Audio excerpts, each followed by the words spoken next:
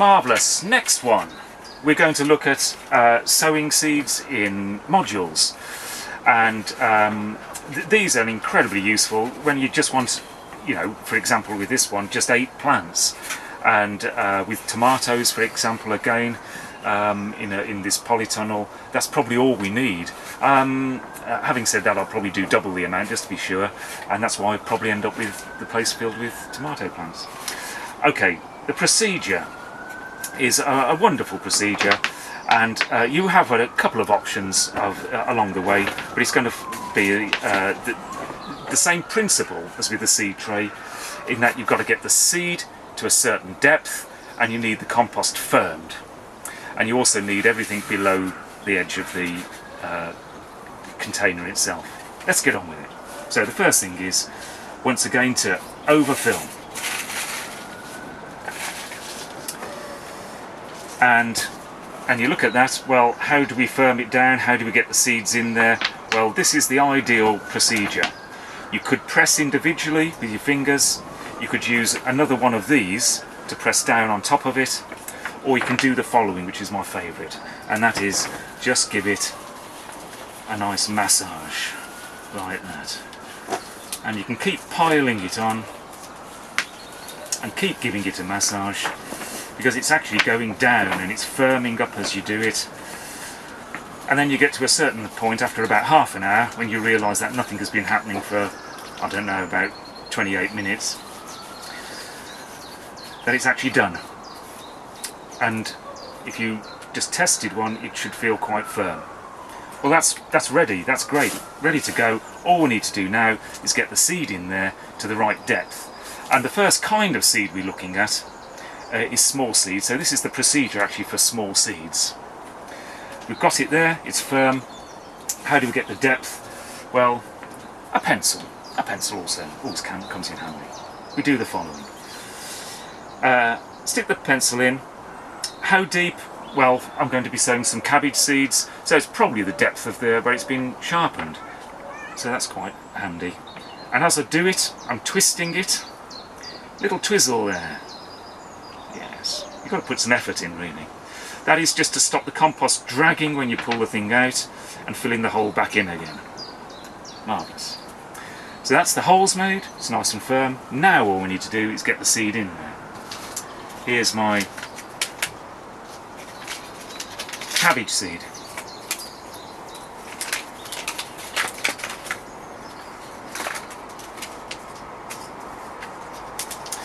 Not very many in there, but should be enough. Must be time for another train, I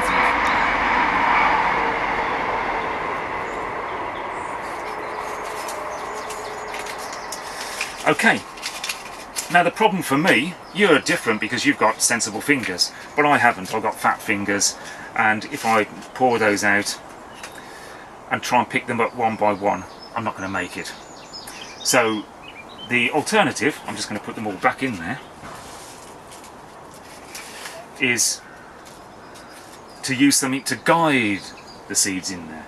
Well, I've come across this little device where you put the seeds in and you have different holes all the way around, and the setting for this one would be somewhere like that one there, number 2 apparently.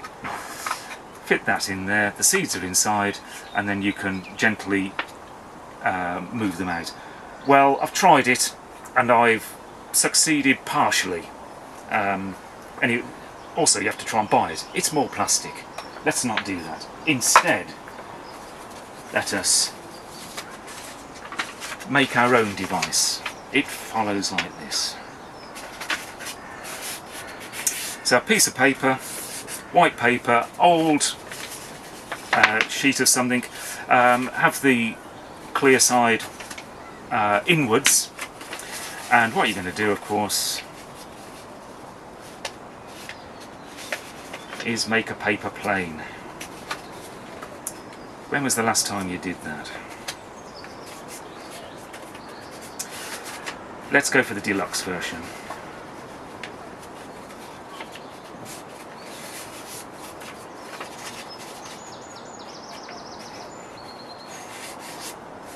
There you are, and you can keep that and use it umpteen times. See, it is a proper paper plane. You can even test it. Okay, I've got another one over here. This one really does fly. And the first thing you have to do is put one finger, one of these fingers, down the middle. I'm going to choose that one, holding it round the right way, and it goes down the middle like that. This is to stop the seeds rolling off in that direction. Cabbage seeds, the ones I'm using now, are round, they roll all over the place. So and I'm going to pour them in there like that. You can just about possibly see them. And I've got my finger stopping them rolling off there, and at the other end my pencil comes back, because that stops them all running out when I don't want them to. Now all I need to do is just stroke them in like that. I'm just going to move it along a little bit to make it a bit easier for you to see. One just ran in all by itself.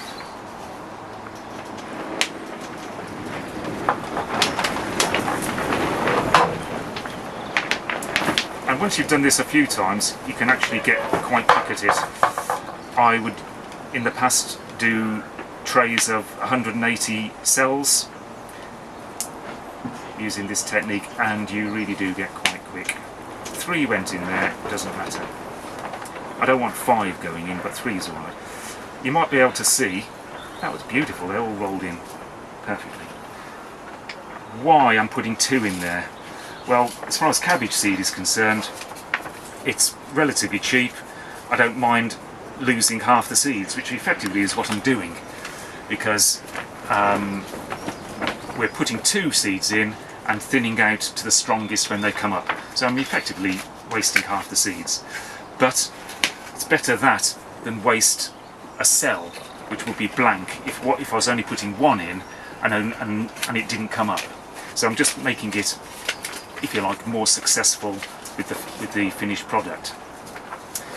Okay, with more expensive seeds and larger seeds, it'll be just 1 seed per cell, because you don't waste too much, or they just don't fit. Just to finish off, you put a little bit more compost on the surface, another little massage. There we are, and we can see the ribs all the way across there. That's good, that's how it should be. And to finish off as well, we have the label, which this time has been written on, and goes in, of course, back left, okay. Ready for watering the seed tray. Thank you.